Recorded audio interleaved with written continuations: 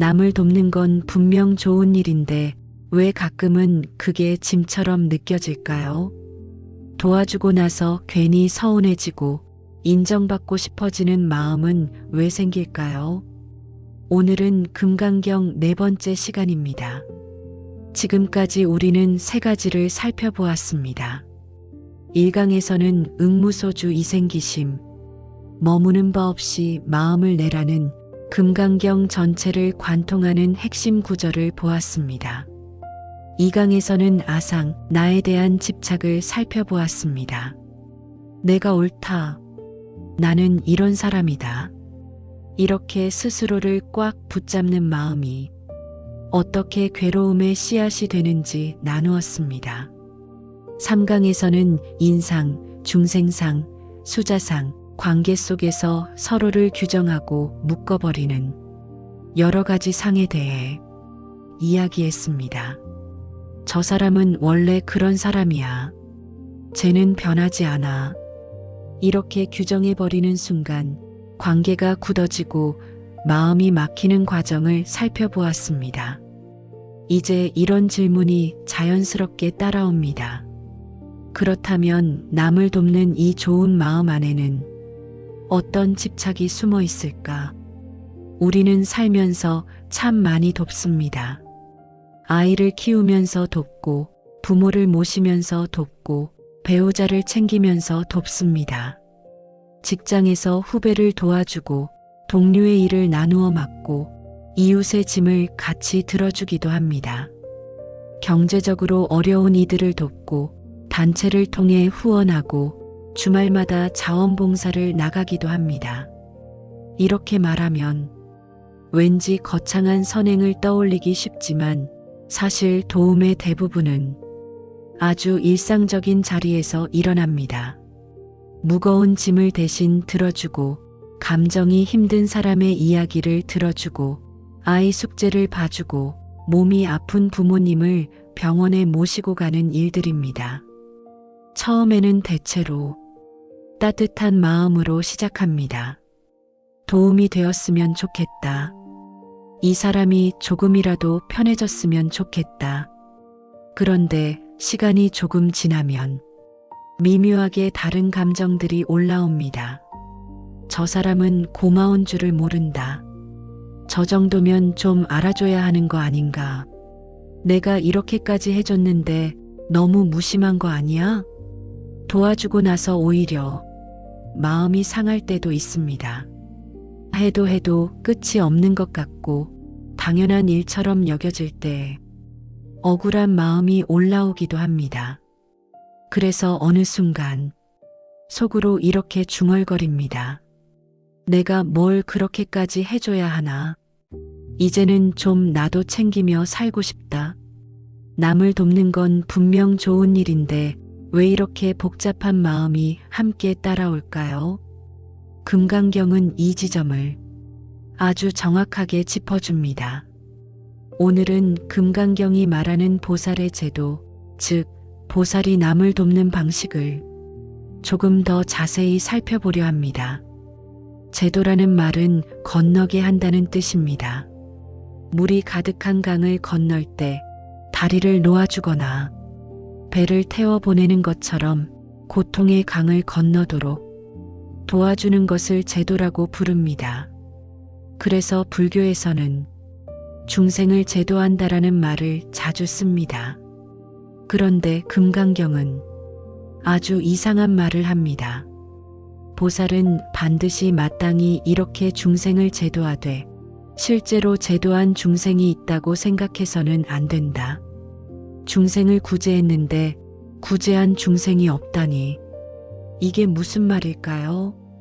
먼저 우리의 평소 마음부터 들여다봅시다. 누군가를 도울 때 마음속에서는 대개 이렇게 정리가 됩니다. 저 사람은 도움이 필요한 사람이다. 나는 도와주는 사람이다. 나는 좋은 일을 하는 사람이다. 말로 꺼내지 않더라도 속으로는 이렇게 역할이 나뉘어 있습니다. 여기에는 3가지 상이 숨어 있습니다. 도와야 할 상대에 대한 상, 중생상, 도와주는 나에 대한 상, 아상, 그리고 내가 쌓았다고 믿는 공덕에 대한 상, 공상입니다. 저 사람은 내가 도와줘야 할 불쌍한 사람이다. 이게 중생상입니다. 나는 저 사람을 도와주는 착한 사람이다. 나는 그래도 남을 위해 사는 사람이다. 이게 미묘한 아상입니다. 내가 이렇게 도와줬으니 공덕이 쌓였겠지. 나중에 좋은 일로 돌아오겠지. 이게 공덕에 대한 상, 공상입니다. 이 세 가지 상이 얽히면 처음에는 따뜻했던 도움의 마음이 어느새 계산과 서운함으로 변해갑니다. 예를 하나 들어봅시다. 부모와 자식 사이에서 이런 말이 나올 때가 있습니다. 나는 평생 너를 위해 희생했다. 내가 없었으면 네가 어떻게 살았겠냐. 이 말 속에는 어떤 상들이 들어있을까요? 너는 내가 없으면 안 되는 사람이다. 이게 자식을 제도받아야 할 중생으로 보는 중생상입니다. 나는 너를 위해 희생한 위대한 부모다. 나는 정말 헌신적인 사람이다. 이게 나를 높게 세우는 아상입니다. 내가 이만큼 했으니 너도 나를 공경해야 한다. 내가 늙으면 반드시 나를 책임져야 한다. 이게 내가 쌓아온 공덕에 대한 기대, 공상입니다. 이 상들이 단단해질수록 사랑은 빛처럼 느껴집니다. 도움을 받는 사람은 고맙기도 하지만 동시에 마음이 무겁고 미안해집니다. 차라리 조금 덜 해줬으면 내가 더 편했을 텐데, 이런 마음이 올라오기도 합니다. 이게 바로 도와주는 사람과 도움을 받는 사람이라는 두 상이 만들어내는 거리감입니다.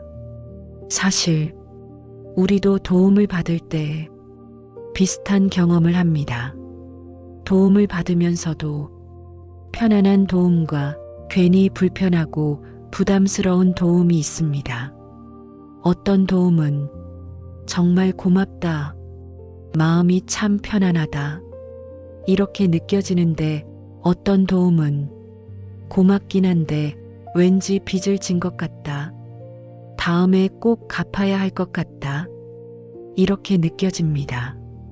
도움 자체가 문제가 아니라 그 도움에 붙어 있는 상이 분위기를 완전히 바꿉니다.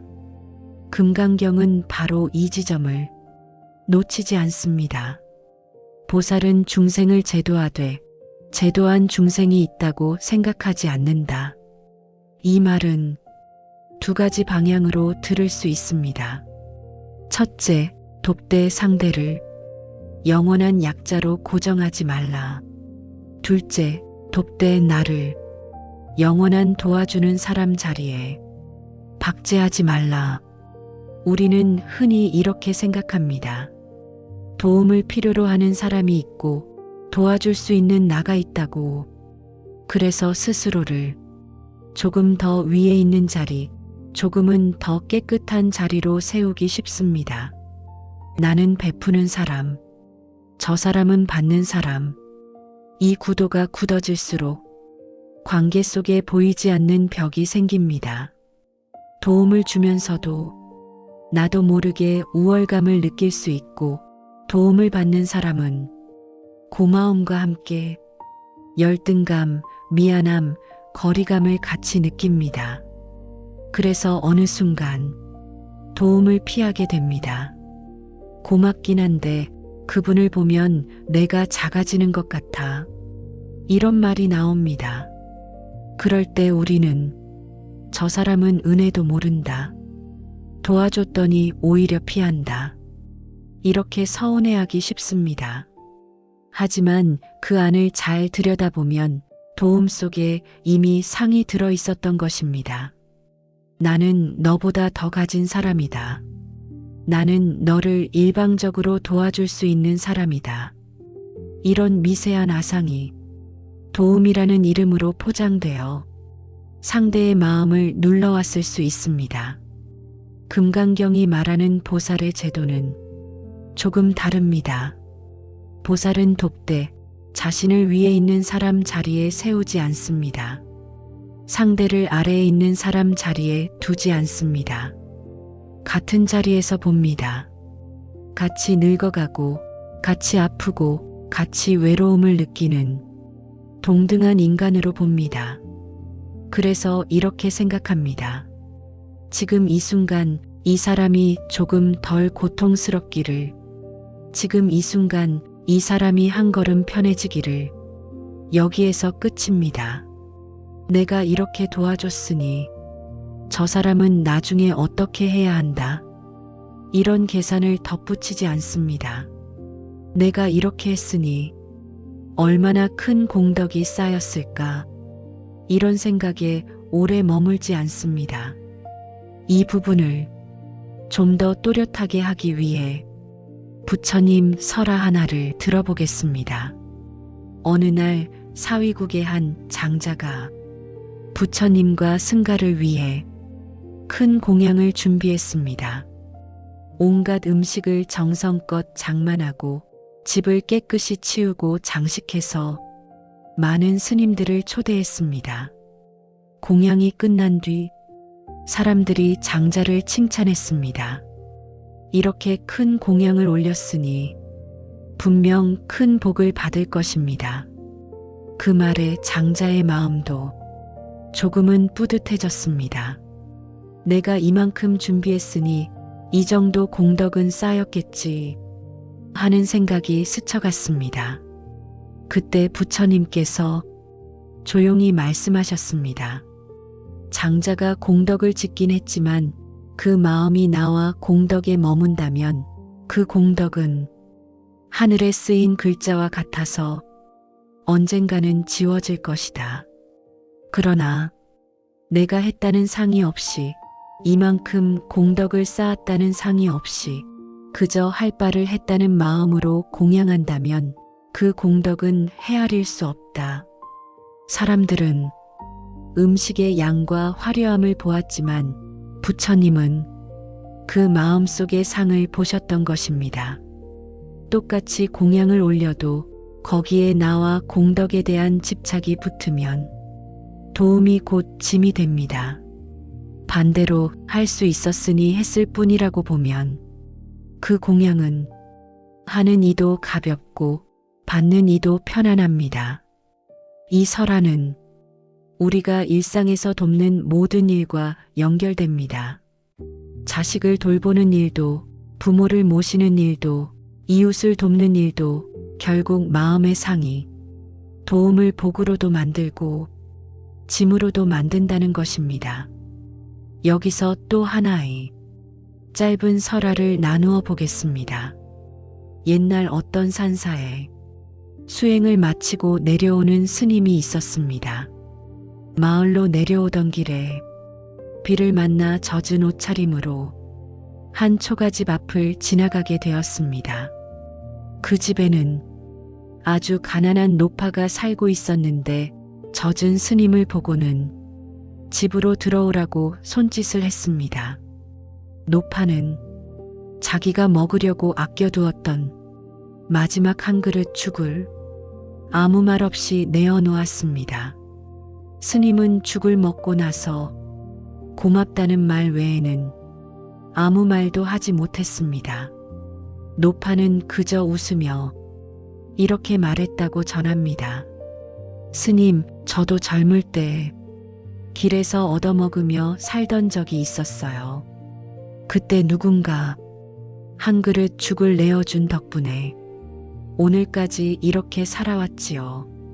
오늘은 제가 그때의 빚을 누군가에게 조금 돌려준 것뿐입니다. 그 노파는 자기가 얼마나 큰 공덕을 쌓았는지 헤아리지 않았습니다. 내가 이렇게 가난한데도 시주를 했다. 이렇게 스스로를 높이지도 않았습니다. 그냥 인연 따라 해야 할 일처럼 했을 뿐입니다. 이게 바로 상에 머물지 않는 도움, 보살의 제도와 닮은 모습입니다. 금강경이 말하는 보살의 제도는 그리 거창한 것이 아닙니다. 하늘을 나는 기적을 행하고 큰 기부를 하고 세상을 뒤흔드는 일을 해야만 보살이 되는 게 아닙니다.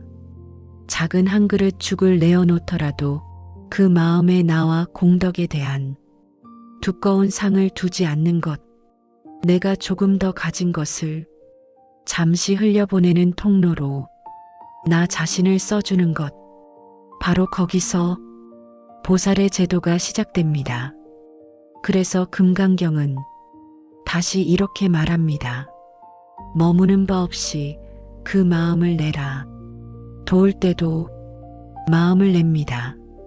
하지만 그 마음이 나는 이런 사람이다라는 상에 집을 짓지 않게 합니다. 저 사람은 영원히 약자다. 저 사람은 항상 받기만 하는 사람이다. 이런 상에 상대를 가두지 않으려 합니다. 내가 이만큼 했다. 내가 평생 희생했다. 이 말을 스스로에게 수없이 반복할수록 나도 괴롭고 상대도 숨이 막힙니다.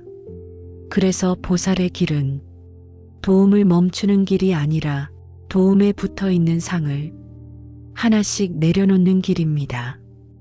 해야 할 일은 합니다. 도움이 필요해 보이면 능력 닿는 만큼 돕습니다. 할 수 있을 때는 하고 할 수 없을 때는 조용히 한계를 인정합니다. 그러고 나서 마음속에서 조용히 손을 놓습니다. 이건 내가 한 게 아니다. 그저 인연 따라 나라는 통로를 빌려 한번 흘러간 것뿐이다. 내가 가진 재능, 내가 가진 돈, 내가 가진 시간도 가만히 들여다보면 온전히 내 것만은 아닙니다. 부모에게서 받은 몸, 사회에서 받은 교육, 시대가 준 기회, 수없이 많은 인연이 함께 모여 만들어진 조건들입니다. 그 인연들이 잠시 나에게 모였다가 또 다른 곳으로 흘러갈 뿐입니다. 그 흐름이 잠깐 어떤 사람에게로 향했을 뿐입니다. 이렇게 보고 내려놓는 연습을 하면 남을 도와도 마음이 덜 무거워집니다. 왜 고마워하지 않지? 왜 인정해주지 않지? 이런 서운함이 조금씩 옅어집니다. 오늘은 네 번째 시간이니 이 이야기를 다 풀어내기보다는 먼저 이 질문 몇 가지만 마음에 담아두시면 좋겠습니다. 나는 누군가를 도울 때 그 사람을 어떻게 보고 있는가? 저 사람은 내가 없으면 안 되는 사람이라고 속으로 여기고 있지는 않은가? 나는 나를 너무 도와주는 사람 자리 쪽에 세워두고 있지는 않은가? 내가 한 도움과 희생을 마음속에서 계산서처럼 정리하고 있지는 않은가? 이 질문들을 정직하게 던져보기만 해도 도움의 모양이 조금씩 달라지기 시작합니다. 그리고 한 걸음만 더 나아가 보면 이런 의문이 따라옵니다. 그렇다면 내가 한 이 모든 도움과 행위, 겉으로 보이는 이 모양들은 과연 얼마나 믿을 만한 걸까? 사람들이 알아주는 이 모습들, 내가 붙잡고 있는 이 성과라는 것들은 진짜로 의지할 만한 것일까? 금강경은 여기에 대해 아주 분명하게 말합니다. 모든 있는 모양은 모두 허망하다. 다음 시간 5강에서는 이 범소유상 계시어망이라는 구절을 중심으로 우리가 붙잡고 있는 외적인 성과와 모양, 그리고 잘했다는 상, 못했다는 상을 조금 더 깊이 함께 살펴보겠습니다. 오늘 강의가 마음에 남으셨다면 이런 법문을 더 많은 분들이 접하실 수 있도록 구독과 좋아요로 응원해 주시면 큰 힘이 됩니다. 여러분의 경험과 생각을 댓글로 나눠주시면 함께 공부하는 데 큰 도움이 됩니다. 감사합니다. 나무 아미타불 관세음보살